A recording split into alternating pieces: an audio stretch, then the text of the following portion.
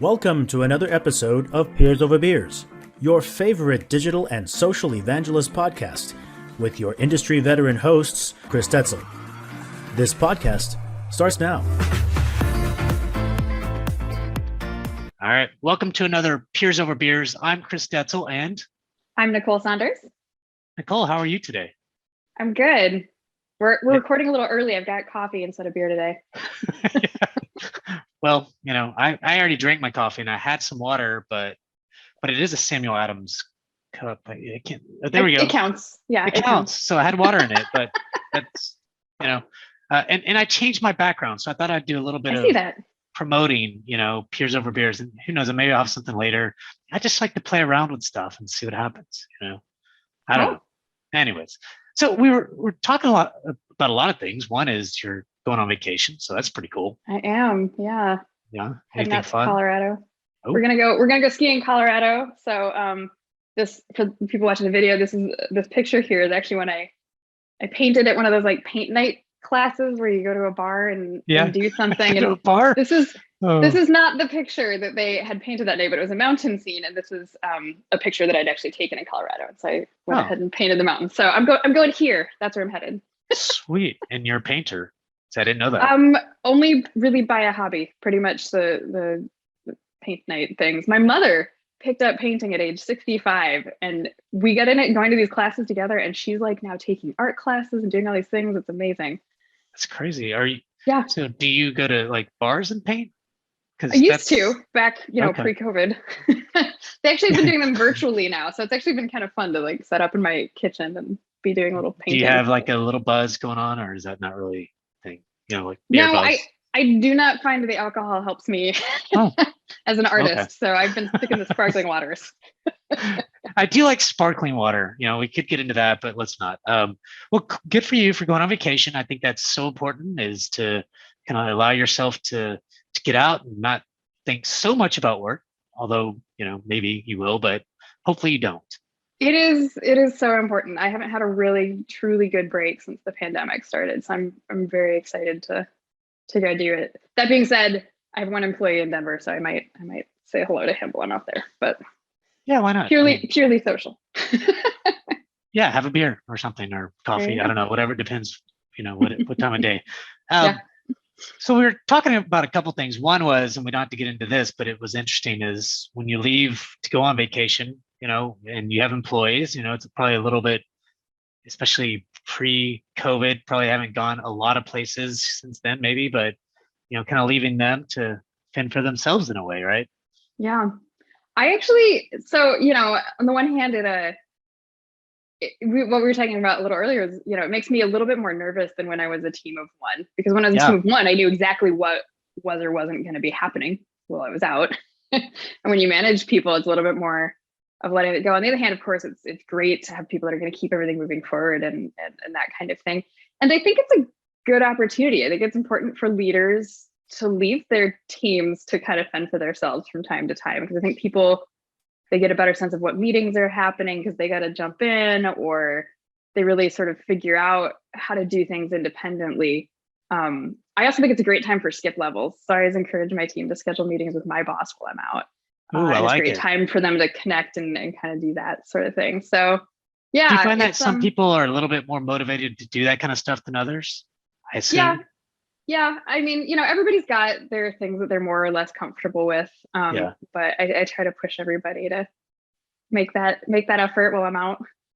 That's good. I like that. Yeah. And the other thing that we were talking about, which I think we'll spend a lot of time on this episode, is kind of thinking about going into an existing community. Like if you're be offered a job, like for you're at Zendesk and you kind of came into an existing community with an existing culture, and it was, I don't know how big it was, but it had, several members or users and things like that. So, it was pretty established, but, we don't hear about this a lot. Is, you're seeing, like you mentioned pre-show, is there's a lot of jobs out there, senior roles, that they want them to come in to either relaunch a community that's been existing for a long time, or go in there and create programs and those kinds of things. So wanted to dive in a little bit deeper in that particular conversation, because we don't hear a lot about that. Yeah, no, it is really interesting. One of the things that I'm loving seeing in the community industry right now is that there are a lot more leadership roles. You're starting to see more heads of community, director roles like mine, even VPs of community. And in many cases, they're not hiring somebody at that level to come in and launch something new. Right. And it is taking an established community. And in some cases, it's reinvigorating something that's gone kind of dead. But in other cases, it's, walking into a fully fledged community that has a culture, that has programs, that has all these things established. And, oftentimes they're wanting it to go in a new direction or do something a little different with it. But there's not a ton of material out there yet about how to step into that kind of role. Most of the content and the education for community managers focuses on those early stages of planning and starting and launching and getting people excited. And so I'm really interested to start having more conversations around how do you come into an existing space and do something with it? And what is that all about? What does the strategy look like there? Because I think it's a really interesting challenge, especially if you're trying to change a culture in a well-established community. And now it's not just what the company is trying to put out there, but it's working with all of the existing members and all the existing programs.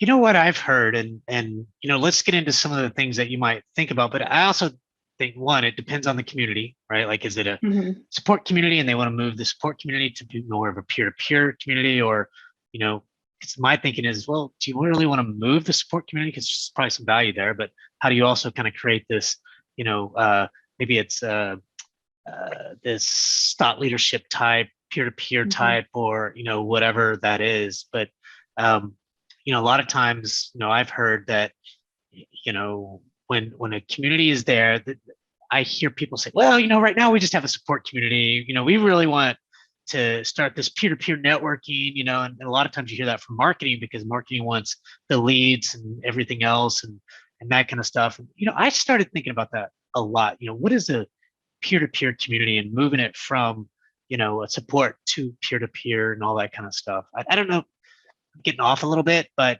I do think that sometimes that's kind of where that comes from, and it could come from, and usually it's from marketing, and maybe it used to be in like a customer support, customer org, type of stuff.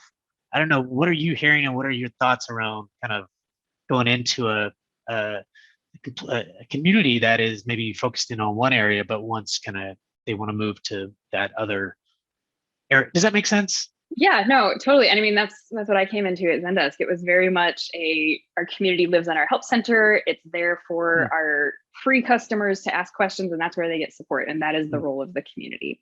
And to be fair, that's not a bad role for a community. But I think the challenge is that a lot of people, and by people often being executives or, the people that are looking at like, what's the strategic positioning of the community? What is the role that it plays in our ecosystem? A lot of the promise of communities is that you're going to have all these users, they're going to be talking to each other and supporting each other and sharing all these ideas and insights and all this product feedback. And then they launch, like a Q&A support forum. And what they see is a lot of users that come once or twice a year and ask a question and it gets answered and then they go on their way. And it's sort of this interesting thing where, people are looking for these communities that are really like thriving, really growing, but then they've set up something that's very transactional. And like, why would you go there if it wasn't just to get a question answered? And I mean, there's a lot to be done in support communities to build up, motivating other people to answer things, but it's true. And it's, something that we've been working with very heavily at Zendesk is how do we maintain the integrity of that great, peer-to-peer support and the we don't like to call it ticket deflection. We call it ticket interception. That we, the support that happens in the community, but then also build it out so that you're not just answering transactional questions, but having other kinds of conversations. And I think the other interesting question there is, how do you drive users to the community for more than just when they have a problem? Right? How do you create an atmosphere where people aren't just showing up when they're stuck or they're frustrated, but also when they have an idea or when they want to just sort of discuss. So yeah, it's an interesting challenge. For us, it's been a lot of, some of it's just changing how you position things on the site, right? Like what's the copy? How do you introduce people to it? But for us, a lot of it has been launching new programs and expanding the content types that we offer and what is encompassed by community. Moving from just being a forum into a fully fledged set of programs. So we're launching user groups and we do virtual events now and all of these things that weren't happening before in the community. I'm writing all this down because it's good stuff. I see you taking notes. I'm taking notes, but yet I have the recording. It's recorded. Yeah. I was gonna say you can listen to it later. No, it also helps me to kind of think about some of the things that you're saying because so I'm going to kind of, I'll dive in here because I think one is ticket interception. I love that. It's a great idea because it's just kind of the deflection piece is, I don't know, it just seems overused and everything else. Well, it's not that you don't want your customers to ask questions. You just want to get them answered in a different way, right? Yeah. And that is interesting. So the interception piece is more of, hey, if we kind of put it that way, then it's a different way of answering. Is that right? Or what? Tell me a little bit more about interception. I think it just changes the goal, right? And I think our tendency has been, this is totally like a semantic thing, right? But deflection sort of implies that you're trying to prevent your customers from getting in touch with you, right? Or like you're trying to prevent that question from hitting support, which I guess you are, but it's not that we don't want to still have that conversation with them. It's just that we want to have that conversation in that public forum where that information can then be available in other ways. I think it's also a recognition that most people don't have one question and show up and either gets answered or not. Most people are working through something. Yeah. And you might get part of the answer in the forum and then find a part where you're like, well, okay, we got you 2/3 of the way here, but now you're going to actually need to talk to an agent to get these last couple of nuggets or these specifics for your account or something. And so we're intercepting the question. We're getting some of it answered, but it recognizes that a lot of those conversations are more complex and it's not just going to be that's right a bounce away, but in fact, it might be sort of like a network of people that work on answering this user. I like that. And, let's be clear. I think there's a huge value in support communities. So, me too. People are, whenever, I hear like executives talk about, well, we have this support community. Well, there's some value there and people are going there for a reason. And then if you look at even, some opportunity for the business is it's all about, if it's open and public, it's all about getting that answer quickly from Google. Because where do people search? At the end of the day, it's Google, so totally. Yeah. So there is a huge opportunity. And for me, that's what we have today. But I am also thinking about kind of that next step of, it's a different user. So today our community in our product is very kind of complex, right? I mean, it's extremely complex. And so definitely a community that teaches people how to use it and things that they didn't know, go deep into the product and write even blogs and content, videos and all these kinds of things is highly important. So that's now established. But now it's kind of thinking about, well, that's good. I like that. But I want to start thinking about brand awareness. I want to think about, networking. I want to start thinking about, like we do today. For example, you and I are talking. I also talk to others that are leaders within the community space to get the word out, to show people how we use it. So I want to start doing that with the Reltio community or whatever I call it, right? We're going to have the support community, but I want to start getting data people together, whether they're CIOs, CDOs, or directors of data governance or whatever, talking about not Reltio per se, but more about, how do they solve data problems at the end of the day? Could be other technologies, could be, just putting a strategy together, could be all those kinds of things. And I want to have conversations like this. I want to just talk to them and then I want to start building content around that. Because really, you think about how much bigger that opportunity is rather than just that support community that is solving the product problem. That's all we're talking about is the product and the problems that people are having. It's good. And we want to continue to solve that. And we want to solve that at scale because at the end of the day, our support agents aren't going to be able to handle that scale as we get bigger and bigger and bigger. But I also want to be kind of this encompassing community that, I'm allowing our customers, our potential customers, our, the data influencers out there, bringing those people together and having those exciting conversations about the data problems that people are trying to solve. Does that make sense? No, absolutely. I mean, that's the thing, is that, you know, your customers or you know, whoever's your audience are always going to have questions about the thing you do. Yeah. But it's always going to be tied to what they're trying to do with it, right? Yeah. What's their business problem, what are those things? And, you know, people absolutely need those answers to those technical questions. Yep. But they also want to know how to connect that into their bigger business problems or their, you know, whatever. Again, depending on your kind of community, I'm always thinking about the B2B use case, but I think it applies for any kind of community where, you know, there's the support piece, but then there's also the talking about the broader thing. And not that every brand community has to become the destination for their type of audience, right? Some groups do that really well, become the destination for, you know, content marketers, and even people that don't use the product still come to that community for that resource. And I don't know that you have to go that far, right? I think it's great when companies are able to do that. But you do need to be able to talk about those bigger conversations of not just like, hey, how do I use, you know, like for Zendesk, how do I use this to do ticketing? But like, well, what's the best way to do that, right? And how should I structure my support organization? How should I scale my support organization and set up Zendesk in a way that scales with it and that kind of thing? So those are some of the things that we look at. You know, it's interesting because part of my debate has been how big the role of the forum is, right? And is it that the forum is the Q&A place and these other conversations make more sense in virtual events, in podcasts, in more synchronous conversations, and sort of trying to understand like how much of that can happen in the written format in the forums. And some of that I think depends on your technology, your tool, and how much it enables that kind of thing as well. But and some of it may depend on the audience too. But I've definitely seen like there's a lot of organizations that have that support forum in place, and trying to pivot that, it's like a big heavy ship in the middle of waves in the ocean. It's very hard to, I think, get all of those users and that culture that's built up in the community to shift. And I think you can do it, but it either happens very slowly and incrementally over time with a lot of concerted effort.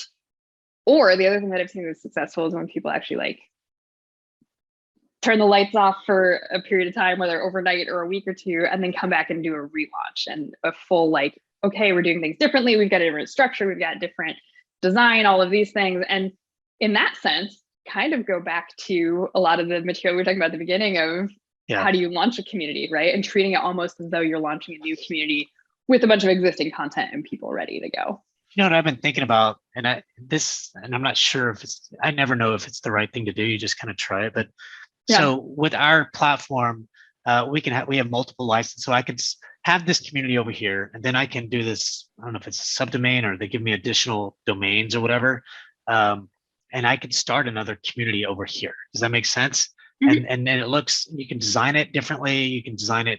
So my thought is maybe it's two communities that still funnels into the same data and everything else. But from a customer standpoint, you know, or from a user standpoint, it looks different. It's called something different, has different URL, but it's, you know, from the same platform. You can create some logic in the back end to kind of separate the two, right? And then, you know, start creating, it is from scratch, but more of a kind of a whatever type of community, peer-to-peer, or, you know, that higher level type of conversations, right?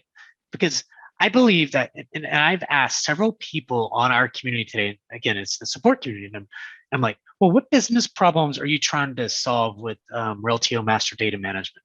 I don't know, you had to ask the business people, you know, and I'm like, well, you're in this thing all day long and you're using it and you don't know why you're using it. No, I'm just trying to implement it, or I'm trying to, you know, the tech kind of people, you know, doing stuff. And I'm just like, okay, so that audience probably will never be the right audience. I'm not saying you can't help them understand like kind of business outcomes and goals and things like that, but it's a different people, right? Like, so if this person's a, you know, admin for Reltio MDM and they're doing some stuff, probably not the same as a director of enterprise architecture or, you know, a CDO or whatever, director of whatever the data governance or something, that they're, yes, they use Reltio, but So I wonder if it would be a relaunch, not a relaunch, but a new launch in a sense, because depending on your, like for us, I don't know, I would want to take away that support forum. Right. Definitely not. So kind of keep that as is in a way, but have somebody else manage it, not Chris Detzel. So somebody manages that piece, but then I can go off and do these other things that really kind of, I'm just thinking out loud, but I think, the experience and the people that you're trying to, from a peer-to-peer type stuff are different. I'm not saying you can't do peer-to-peer for support forums and things. You can, and I'm trying to do some of that. But when you want that higher level conversations, I think it's probably a different audience. You know what I mean? Well, it comes down to knowing what those like different personas are in your community, right? And somebody that is a support agent that's trying to implement a tool versus director a of director support or something like that. Like VP those are going to be support. different offerings. And so, I think the question is, do you have different offerings in the same community space? Do you have different community spaces? In some cases, we have altogether different programs. For example, a lot of the executives that we talk to, they want community in the sense that they want to talk to other executives who are also customers of our business, but they don't want to go spend time on forums. And no, so they're never going to do that. Right. And so the community offering there is, a curated, time-boxed conversational meeting that we set up for them, as opposed to forums. That's still community. That's still their offering for community. It's what fits for their persona. Yeah. And so I think that's the question, is like really understanding, like, what are all the different personas you serve and what is the appropriate community offering for that group, and helping to build and develop that. And, so maybe what we're really calling out here is that a lot of places tend to have community that serves one persona really effectively. And then when you start adding on the other personas, you can't just sort of like rinse and repeat. You have to figure out how to curate something specific to that audience and what their needs and interests are. I think it's like, you can look at it as a product, right? Like, product for, a curation for executives in this space, a program for these people in this space, a program for, you know what I mean? Like, and you can do it by roles or I don't know, whatever. But I think you're right, is it all depends on your audience and having that narrowed down and who those people are.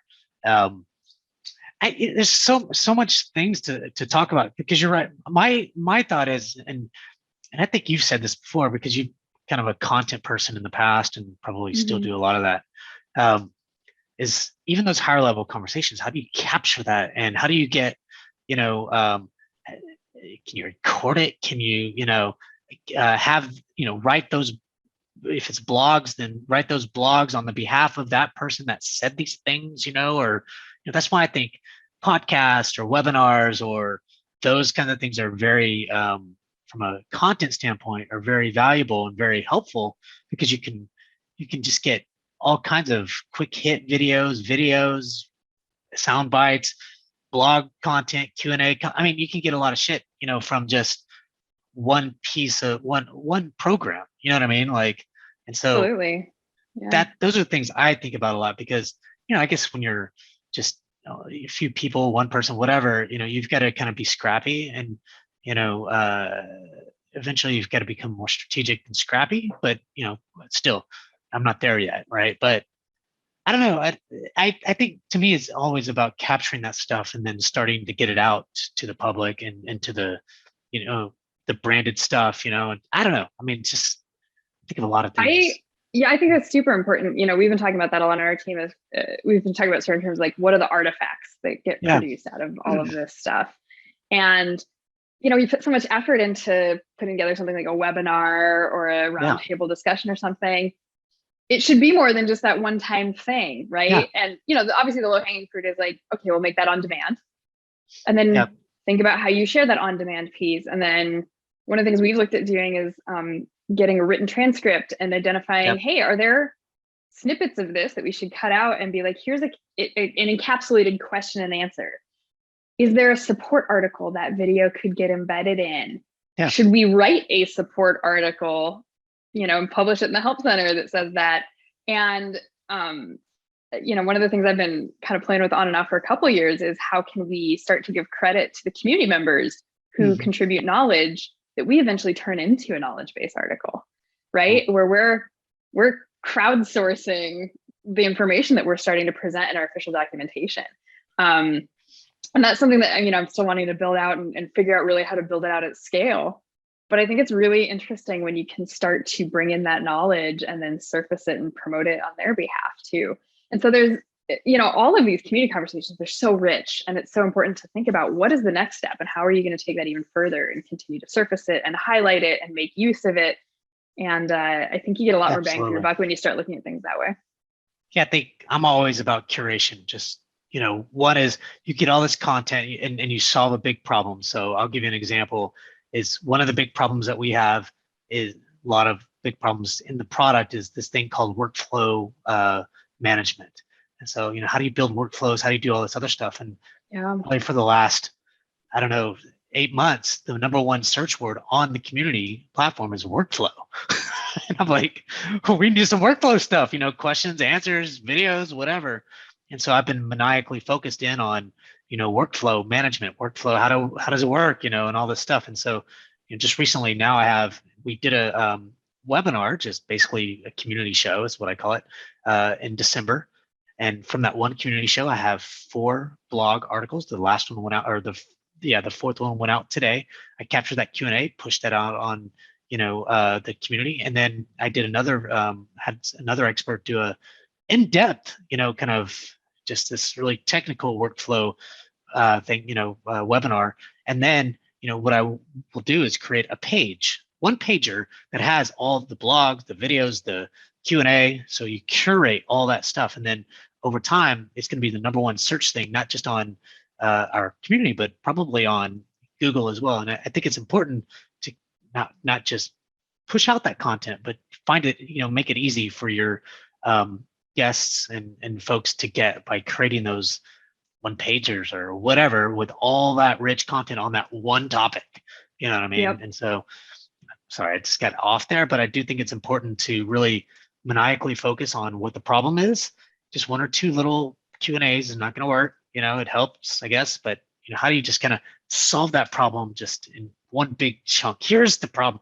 You get there, over time, it took us months to get all those blogs because, it's going back and forth. But, at the end of the day, what's going to happen is 5 months from now, or 3 months from now, we're going to have so much content on that topic that, hey, this community thing is doing really well. And I want to figure out a way to start capturing that at the higher levels.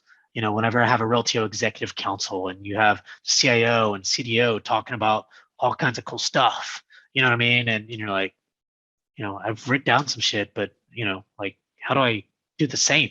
I want to do the same thing that I'm doing with because for some reason it's easier with this, community that I have today that maybe there's just so much content around it and people are more willing to share, or our organization is smart in that stuff, but how do you go outside of that, to do that? And the last thing I'll say is, because you mentioned this, and I think it's an important piece, is I'm starting to get or push customers to present. And maybe like this one guy, he's a director of technical architecture or something like that, at one of our companies.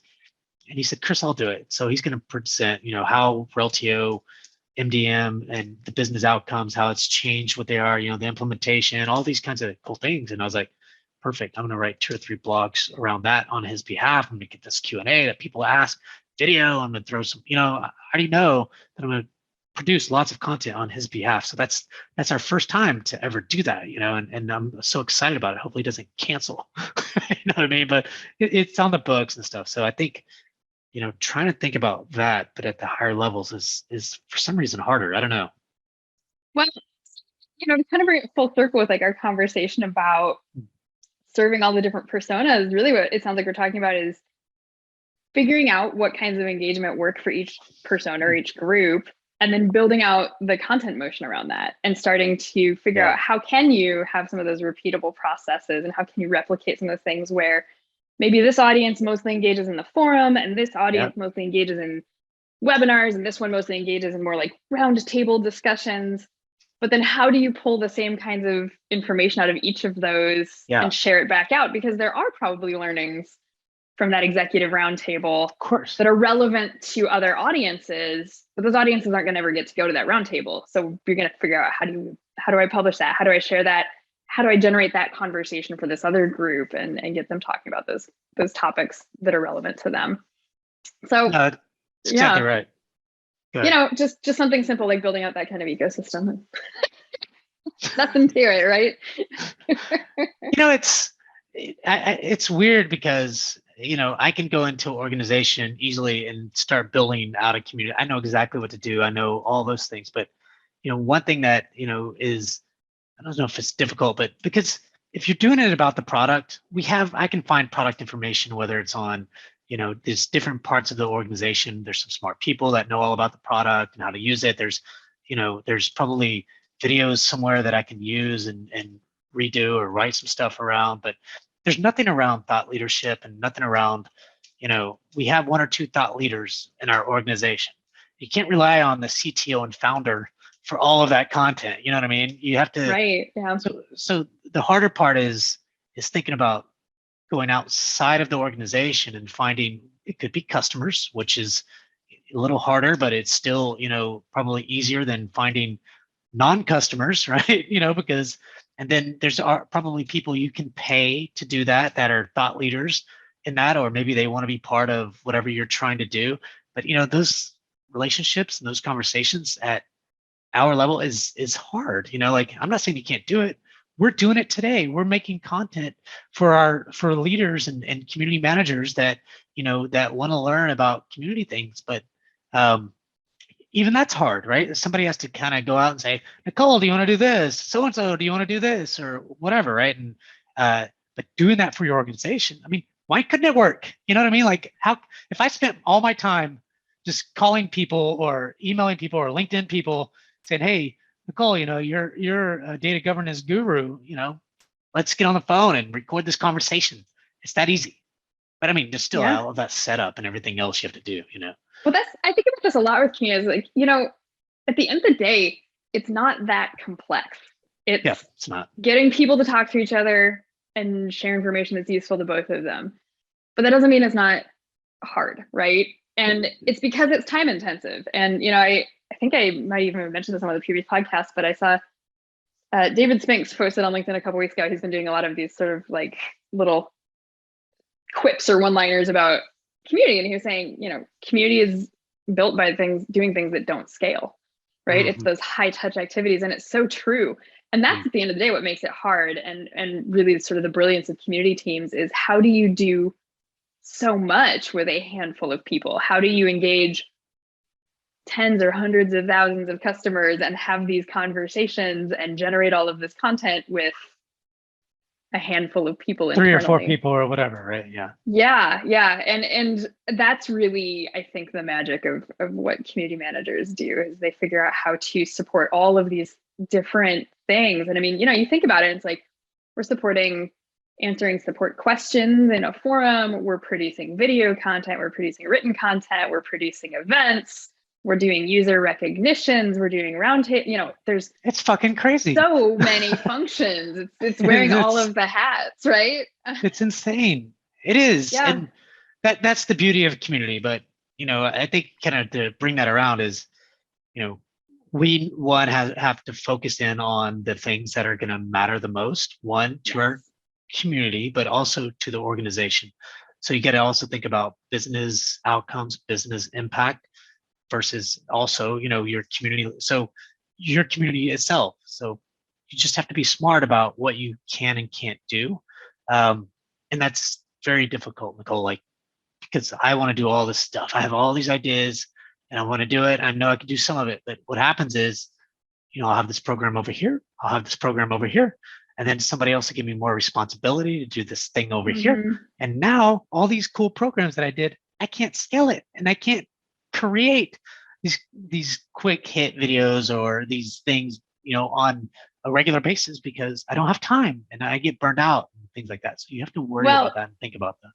And that makes me think of two things. One, we sort of started talking about all these leadership roles that are out there, and like that head of community, that director, that VP, like that person's job is really to figure out, hey, our community team could do 100 things that would all be amazing to help our customers. Strategically, what makes sense? What order should they happen in? How, where do we do it the most? But the other thing is that I think organizations really need to be prepared that when you hire that person or those couple of people, that team is going to need to regularly scale, because as you launch each of these programs, it's very hard to go to your community members and say, hey, we know you love this thing, but we don't have bandwidth this quarter, so we're just going to put it on hold, right? Like a community becomes a living organism. If you go in and say, we're going to stop supporting our forums, users probably aren't going to stop posting there. Right. They're probably not going to stop having those conversations. They're just going to be frustrated that you're not as engaged.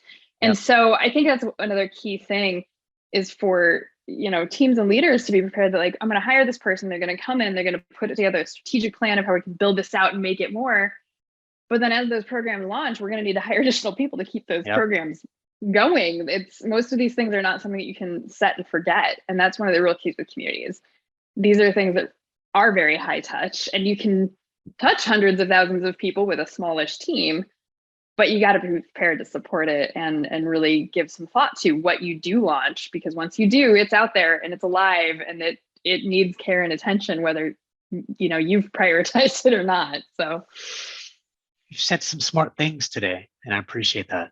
Well, thank you. That's pretty good for a morning. It's great for the morning.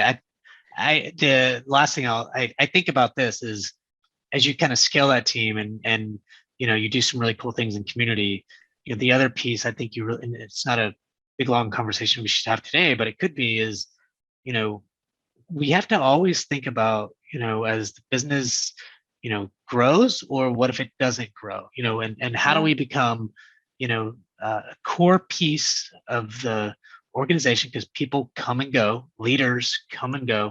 Some leaders believe in it, some leaders don't. And so, you have a team of 5, 7, 8 people, they'll be like, what the hell is this community thing? And what's the value? Seriously, like, that's what happens. I mean, it's happened to me. And they'll start cutting, because it's like, oh, you have 7 people. Oh my God. The reason I bring that up, not to be a downer, but is to, as Nicole, as being the leader, has to, when new people come in, and even, you'll need help with it with your staff, I assume, because I would push my staff to be like in front of people all day, every day, as much as possible, to just show the value. What is it, and be able to speak their language. You've got to consistently do that and think about that, because, you might be on a high for 3 or 4 years, all these awesome things come up, and then all of a sudden, you get a new CEO, and that CEO brings in all their leaders, or you get a new marketing leader, or I don't know, whatever it is, that, and if you're not up here, talking to, and don't have those, call them executive sponsors, in the day, make sure you're continuously pushing for those, that leadership kind of guidance and support. It's so important. Yeah, well, maybe that's something we can dive into more next time, because I agree with you. It's super important, and how you tell that story and how you show that value is a big piece of the puzzle. So I think we've got a future podcast right there. Awesome, I like it. Well, Nicole, it's been great. Thanks, yeah, everyone. Always a pleasure. Yeah, it's always a pleasure to have you on. You always say smart things that I appreciate, because you make me think a little bit deeper. I mean, you've been doing this for a long time, so your expertise is certainly appreciated on Peers Over Beers. Well, thanks everyone for coming. I'm Chris Detzel on Peers Over Beers, and I'm Nicole Sanders. Thanks for being here. Thanks, Nicole. This was a good one. Yeah.